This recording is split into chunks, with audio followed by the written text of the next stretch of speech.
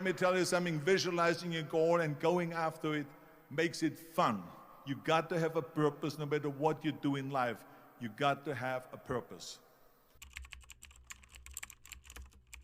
Do you know how great it felt that I knew where I was going?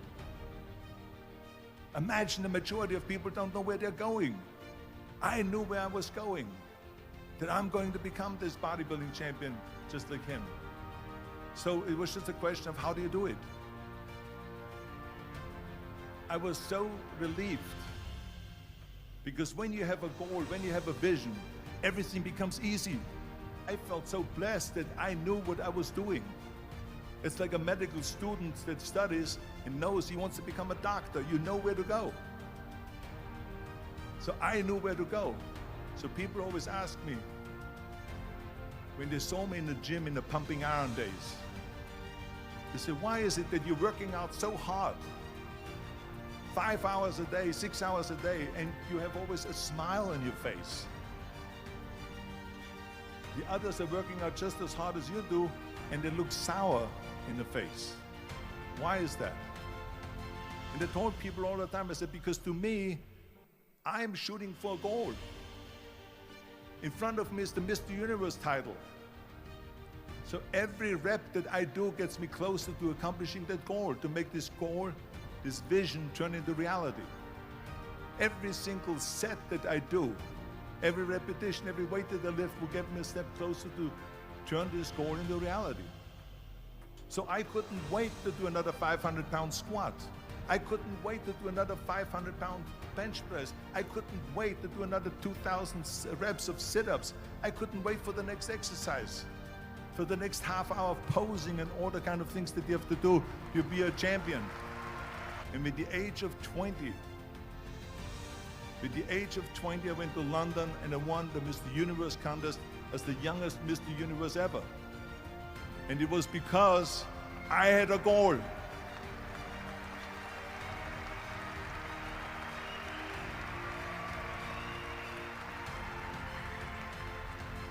And this is no different than anything else, what I'm talking about. This is not just about bodybuilding. It was the same in acting. I remember when I was doing Conan the Barbarian.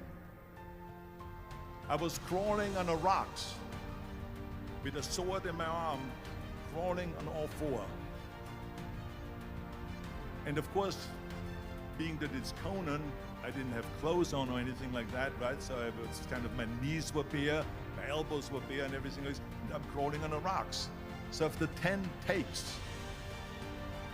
my elbows were bleeding and my knees were bleeding.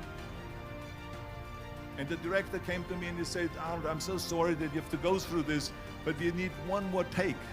A close-up of you crawling with the sword towards the camera.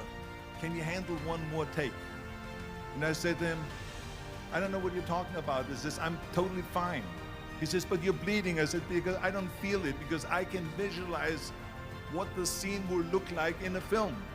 And I'm so excited about this scene to do another 50 takes or 100 takes, no matter how much I bleed on my elbows or my knees. I saw that vision of the perfect scene, and it was an important scene, and I would do it over and over again until we got it. So let me tell you something, visualizing your goal and going after it makes it fun. You've got to have a purpose no matter what you do in life. You've got to have a purpose. So that's rule number one, have a vision. Rule number two is, don't listen to the naysayers. Don't listen to the naysayers.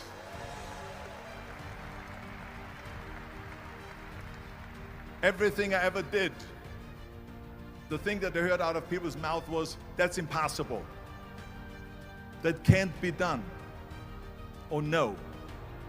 I remember when I wanted to be a bodybuilding champion, including my parents and everyone else around me, said this is impossible. So whenever someone said to me, it can't be done, I heard it can be done. When they said no, I heard yes. And when they said it's impossible, I heard it is possible. I'm a strong believer of what Nelson Mandela said, that everything is always impossible until someone does it. Well, I'm going to be the one, I said to myself, I'm going to do it and I'm going to show it to them. Maybe it has never been done before. That's perfectly fine with me. But I'm gonna do it. And I did not listen to the naysayers.